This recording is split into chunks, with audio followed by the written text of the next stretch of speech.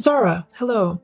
I wanted to talk to you about Christmas. It's coming up soon, and I want to make sure that everything is in order for it. Hello, Helen. Yes, for the 10th time, I've got everything under control. It's just, this is the first time that you're hosting Christmas, and we don't want anything to go wrong now, do we? Otherwise, the children will be very upset. Not to mention that a lot of other people are looking forward to this occasion, and we don't want to end up eating burnt or undercooked food. That won't happen, Helen. I know what I'm doing. I have cooked before. Yes, I know. But this is for a lot more people. There is a special knack for cooking for 12 plus people. With your limited experience, I would be surprised if you could do it for the first time. We're definitely going to need my help. I'll be okay, Helen. And you don't need to worry about me. When I was younger, I helped my mom cook Christmas dinner for our family, and there were at least 10 of us every year then. So it'll be just like that. Yes, but I know what my family likes. Let's face it, I don't think you could make a Christmas dinner that they are going to enjoy. In fact, we'll all probably end up going back home hungry still. I think it might be better if I did the turkey at least. That way everyone will be able to eat the main part of the meal. Helen, honestly, it'll be okay. I've cooked turkey enough times to know how to do it properly. Fine. If you think you know how to do it so well, tell me, what temperature does it need to cook at? Seriously? You're actually going to make me tell you how I cook a turkey? Yes. I want to know that my family and I aren't going to get food poisoning because of you. I'd rather not spend my Christmas day being sick everywhere. I cook the turkey at 356 degrees Fahrenheit over the course of a few hours, basting it every hour so that it remains juicy. Is that okay? Well, if you really want it to remain juicy, then you should baste it every half an hour. That's how I do it, and my family loves the turkey. Yes, well, I do it every hour and it turns out perfectly fine. Besides, I'll be making the sides too, and I also want to spend a bit of time with my family so that we can actually enjoy the day together. Well, with that half-assed attitude, I doubt the food will be okay. Meaning, If you're going to insist on cooking such an important meal, then you need to be dedicated to it all day, until it's served. You can't just do things half-heartedly. You can spend time with Mike and the kids after the dinner's done. excuse you, but I will spend my day however I want it. The food will be fine. I'll prep a lot of it the night before so that there isn't a lot to do on the day. You can't do that. Why not? All of the veggies will brown and dry out. No, you need to do it on the day so it's as fresh as possible. Helen, that just won't be possible, especially with a 3-year-old and a 5-year-old. I've prepared meals like this before, and they've all turned out fine. This one will be no different.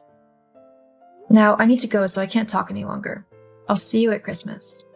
Very well. I'll see you at Christmas. Just be sure that there's extra room in the oven for my backup turkey. What do you mean your backup turkey? Yes, I'm going to bring it just in case. I've already asked Mike, and he said it's okay.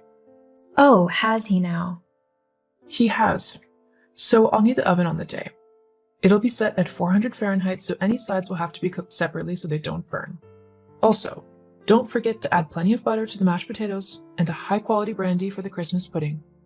Something around $30 to $40 should do.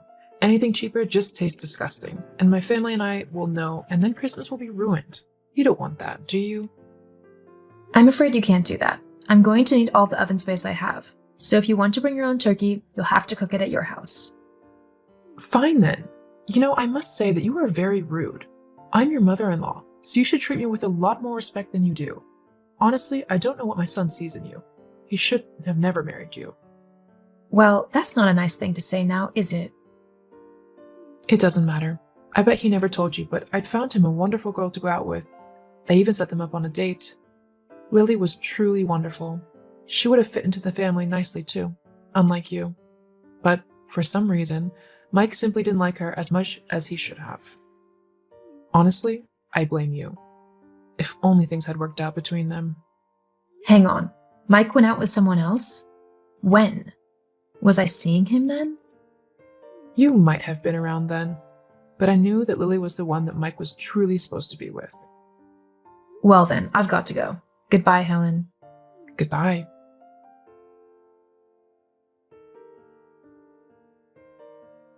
Mike, honey, are you there? Hey, sweetie, how's your day going? Well, not the best, to be honest. Just now, while I was trying to shop for some of the kids' presents, I had your mom message me. telling me all about how she thinks that I'm going to do the Christmas dinner wrong and how none of your family will like what I cook? God, I'm so sorry, Czar. Honestly, don't listen to her. Everyone will love your cooking. I know I do. In fact, I'd have to say you're a better cook than my mom has ever been. Really? Yeah, in my opinion, my mom actually burns the food whenever she cooks it. There's always a bitter taste that goes with it. Plus, this is our first time hosting Christmas, so I'll definitely be around to help if you need or want it. But your mom said that she had asked you if she could cook a backup turkey in our oven and that you had said yes? Oh, hang on a minute. I never said anything about her cooking a spare turkey in our oven. We're gonna need that space for the rest of the food. This is the first time that I'm hearing anything about her doing that. She's not texting me to ask at all. So you didn't tell her she could do that? No, not at all. I know how important this day is to you, and I never do anything to take it away from you. Thank you, Mike. You really are the best husband. I know. But, What is it? well, it's just that your mom mentioned something else. Yes? She said that she set you up on a date with a woman called Lily, and that she did it whilst you were seeing me? Jeez, she told you about that? So it's true? You were dating other people when we were going out? No, I promise. Look, my mom did set me up with her, but I swear that I had no clue about what she was doing. It was a surprise blind date. My mom asked me to meet her at a restaurant so we could have dinner together, but when I got there, she told me she wasn't going and that there was a young woman in her place. I was mortified at what she'd done, so I immediately told Lily that I was already in a happy relationship and that I wouldn't leave you for the world. But why didn't you tell me about it? I guess I didn't want to taint your opinion of my mom. We'd only been going out for a few months, and I didn't want you to think that my mom hated you. I see. I guess I see where you're coming from. It would have been a bit awkward. But I know for sure she hates me now. I'll be surprised if she doesn't turn up with an entire Christmas dinner. Well, this has gone on long enough. I'll not have my own mom disrespecting my wife like this. And to even try and interfere with our marriage and make you doubt my love for you, that's definitely a big no. She needs to be taught a lesson. But what can we do? Well, Christmas is coming up. Do you mean uninvite her? I think it might be the best option, especially if she's not going to respect us as a couple. I don't want someone so hateful and disrespectful around us during the holidays. If she wants to come, then she needs to apologize to you first. Thank you, sweetie. I'm so grateful you're willing to stick up for me. Hey, I love you. Besides, I have to grow up with my mom, so I know what she's like. I'll let her know her decision tomorrow. Okay, I'll see you soon then. Love you. I love you too.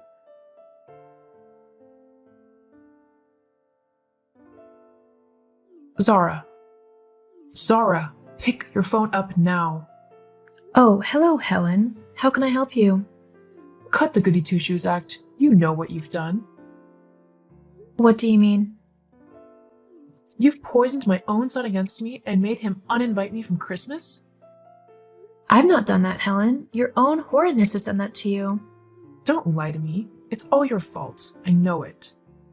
All I told him was what you said yesterday about how you were going to bring another turkey to undermine me, and how you tried to get me to doubt him by telling me about that Lily girl. He didn't need to know that, though. Look, you can come to Christmas at ours once you've apologized to me. Apologize for what? For being horrid and trying to take over Christmas despite it being very important to me. I'm not apologizing. You're a horrible girl, and I wish my son had never met you. I'm sorry you feel that way when I've been nothing but kind to you. Whatever. I'll just invite everyone over to mine, and we'll see what a good Christmas you have then. You can do that if you want. I'll have my family around me, and that's all me and Mike need. Ugh, I seriously hate you. I see. Well, I'm not too fond of you either at the minute, so I'm going to go. I hope you have a nice Christmas, Helen. Goodbye. Well, I hope yours is rubbish. Well, you won't be there, so I don't think that's possible. Why, you... Just you wait and see.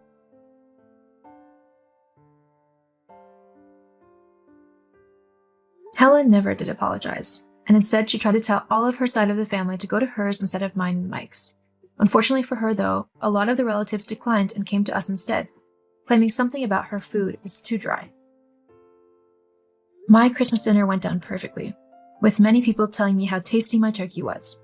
I felt bad for Helen a little bit, but I also know that boundaries need to be set and toxic people need to be left behind. Hopefully, she'll come around one day and stop being so hateful and mean-spirited. Fingers crossed. Henry, do you not realize you were fired? Yet you still have the nerve to come to work today? There was a reason you were fired. You're incompetent. I couldn't trust you with anything. Oh, you do know what incompetent means, right? Mr. Davis, I'm terribly sorry about that. I needed to leave the handover documents on your desk, but things were running late yesterday. With the amount of information, it took a bit longer than I expected to put everything together. So again, I apologize that I had to come in today to deliver that. Were you able to check that all the documents were in order? Yeah, I saw them. I put them straight in the shredder too. What? Are you serious? Do you really think I can trust you to make anything legible? You're so incompetent that the best I can hope for is a 4th grade level explanation. But this time it was even worse than that. Like, did you actually expect us to use your documents that you prepared? If you can call that preparing. Believe me, I did myself a favor by throwing what you submitted into the dustbin. We'll have to do everything over now. But how are you going to take over for me this month if you have no idea what's going on? Those documents detailed everything, right up to the last week I was working at this company. All the names of my customers, contact information. Why would you dispose of important information like that? Oh, so now you think you can just tell me what to do, huh? Like I said, I'm not going to refer to your sketchy information. You've really got some balls talking all big and saying I made a mistake. Don't worry about me interacting with your customers. I'm going to do a far better job with them than you. I can tell already. And I'm better off going about and building new relationships with all the clients. It's not like they liked you anyway, huh? Oh, is that so? Yeah, and what about the apology email? If you really had so much time to come to the office today, the least you could have done is write that. Apology email? And what exactly would that be for? An important client called me out for mistakes on documents that you were supposed to check. Don't tell me you forgot about those. Remember our deal with eNet Corp?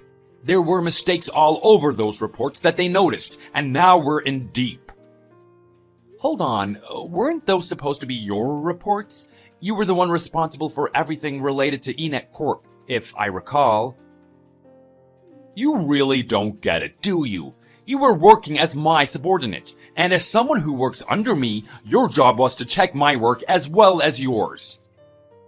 You were unable to do that, and the customer called me out for it.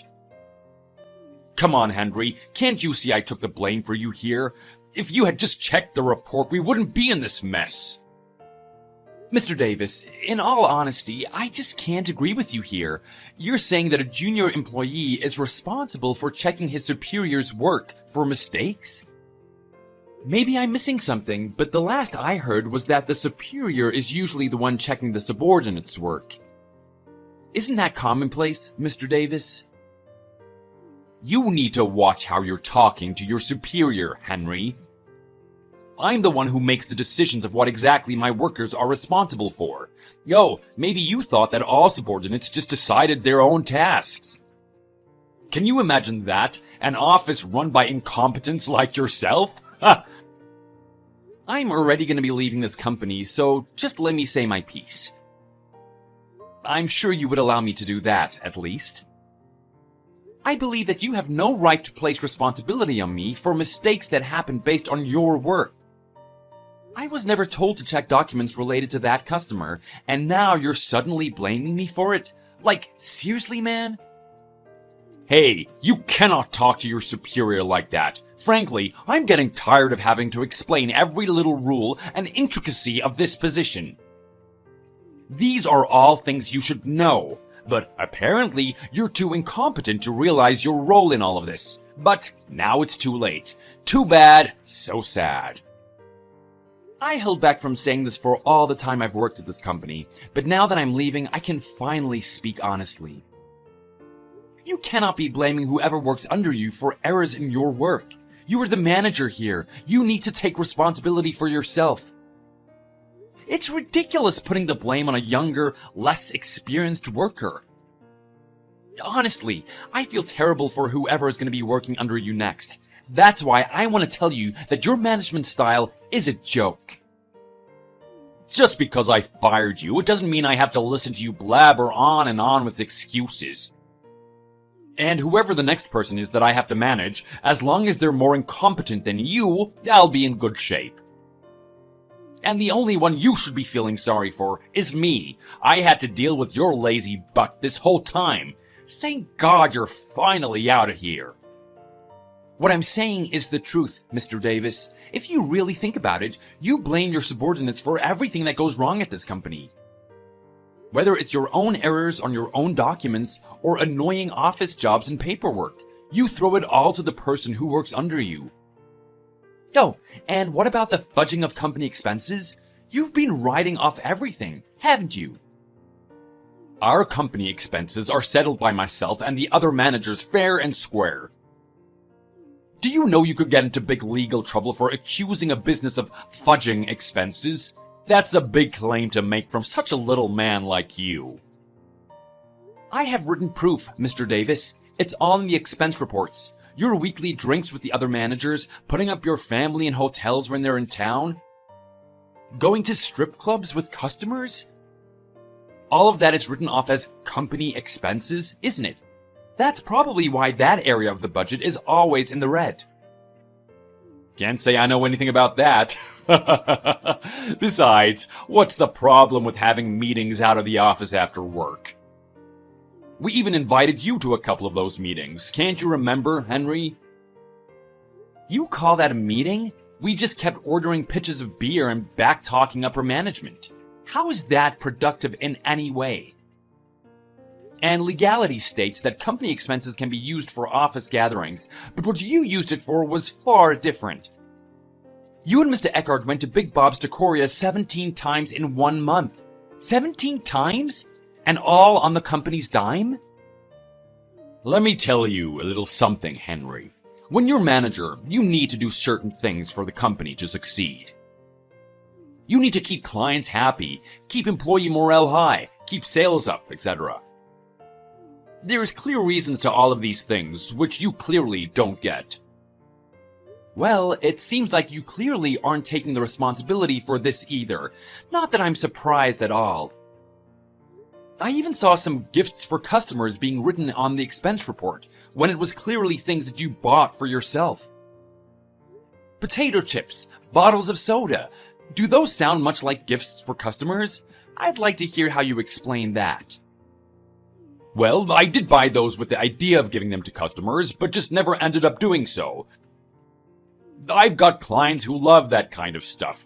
I just wasn't able to make it to them in time, so I ate them myself. Another perk of being a manager, I guess. But you didn't bother to correct the expense report. Don't you realize you could get into real trouble for this kind of stuff? God, I'm getting tired of hearing all your false accusations. Everything is within the rules, Henry. Being a low-ranking employee like you wouldn't know what it really takes to run a company, which is why you're getting fired. I'm going to say it once more, Mr. Davis. Do you realize that these things could seriously compromise your business moving forward? Do you realize that discussing business over enchiladas with my close work colleague is considered legal grounds for a meeting in almost any company? Stop before you embarrass yourself, son. By the way, any luck on finding your next job? It shouldn't be hard for such a shining example of an employee like yourself.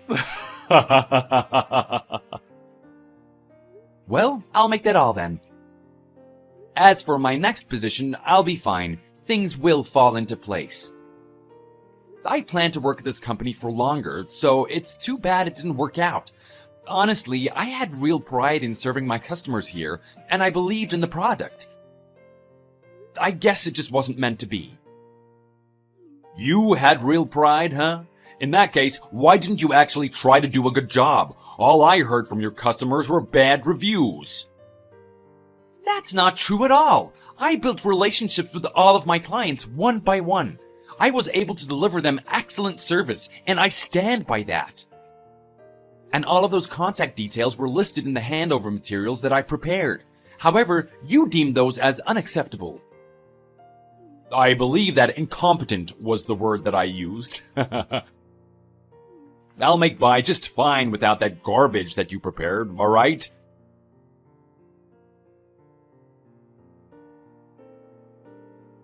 What the hell did you say to them? I'm serious. If I hear that you've divulged company information to any of our clients, you're gonna be in big legal trouble.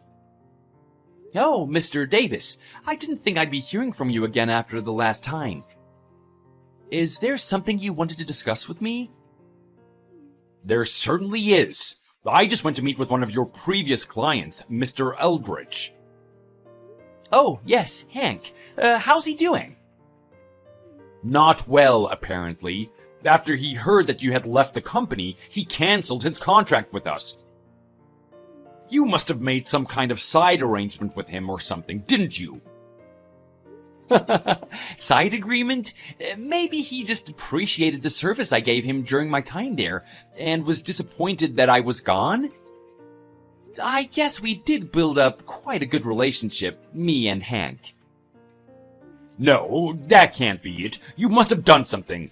Come on, spit it out, Henry.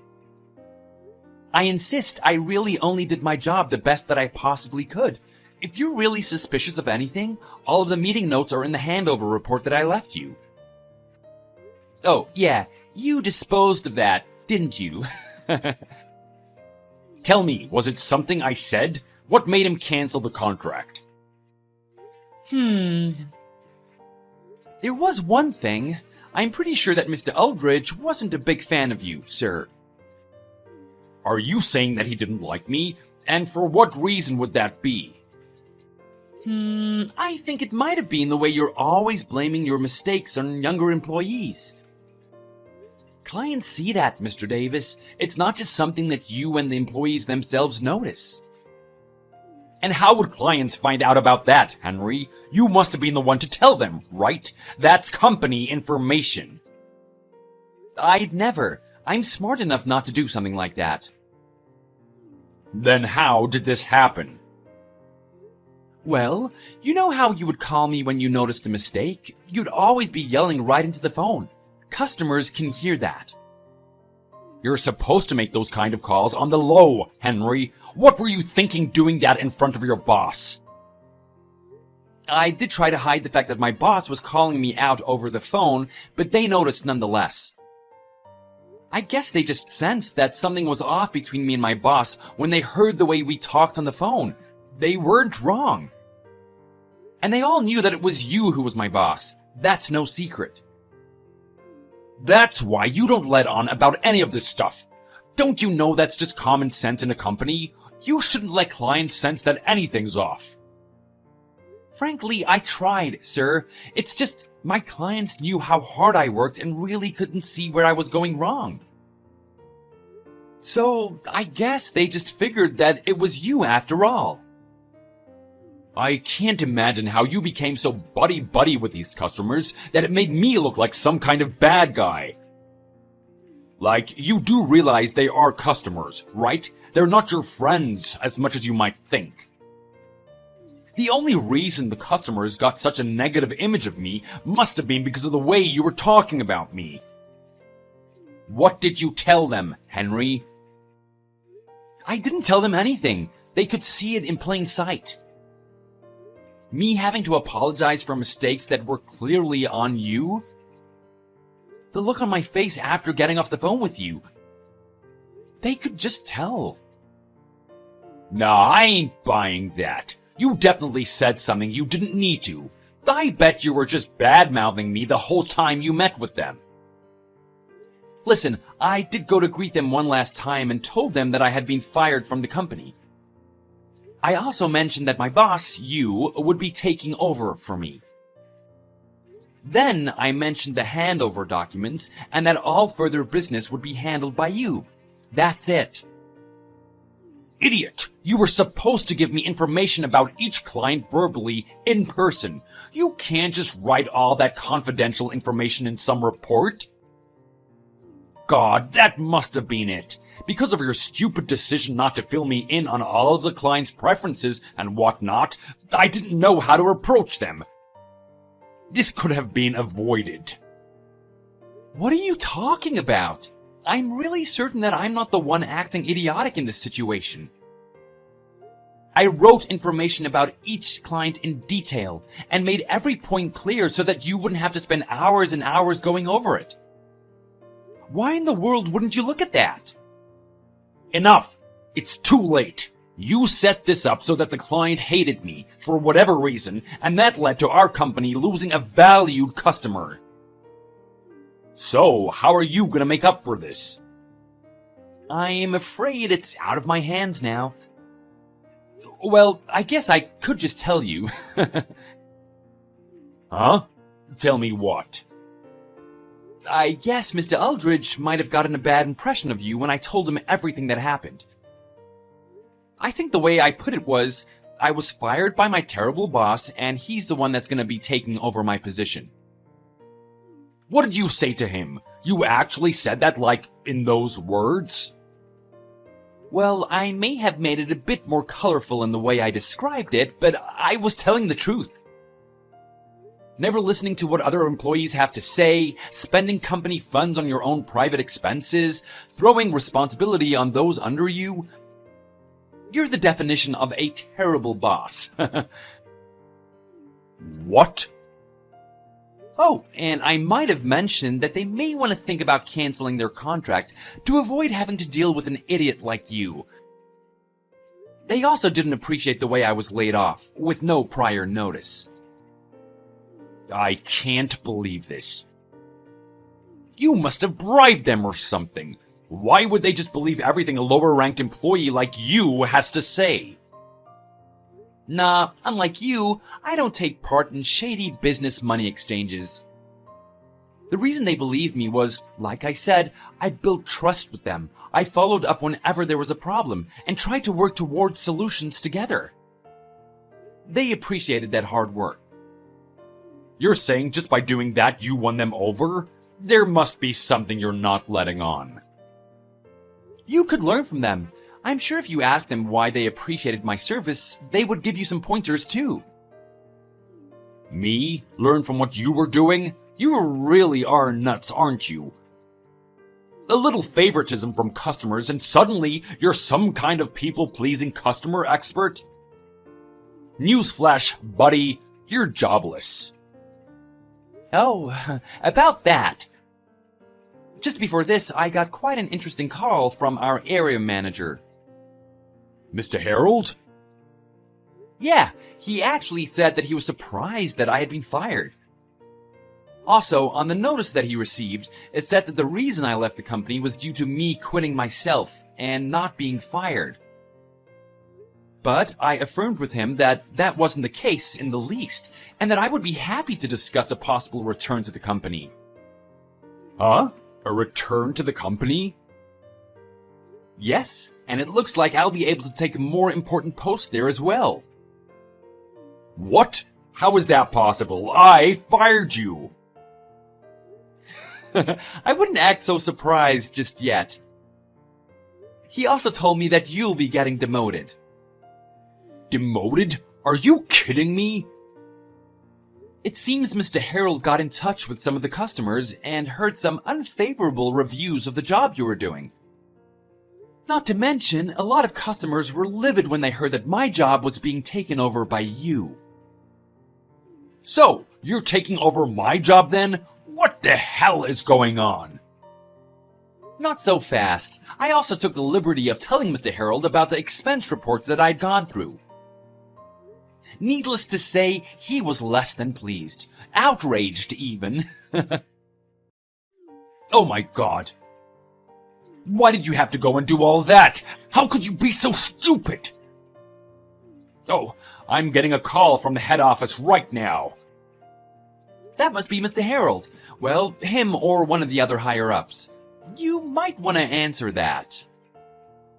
Listen, Henry, do me a solid here, man. Just tell him everything was a lie, and I'll let you off the hook for everything. Come on, I'll even throw in some extras. You like sports.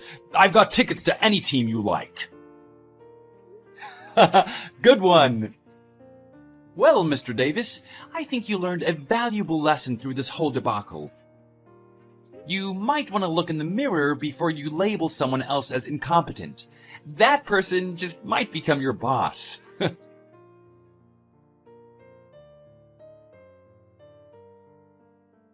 Following that, Mr. Davis was contacted by the company and grilled on the shady business expenses that he had been racking up.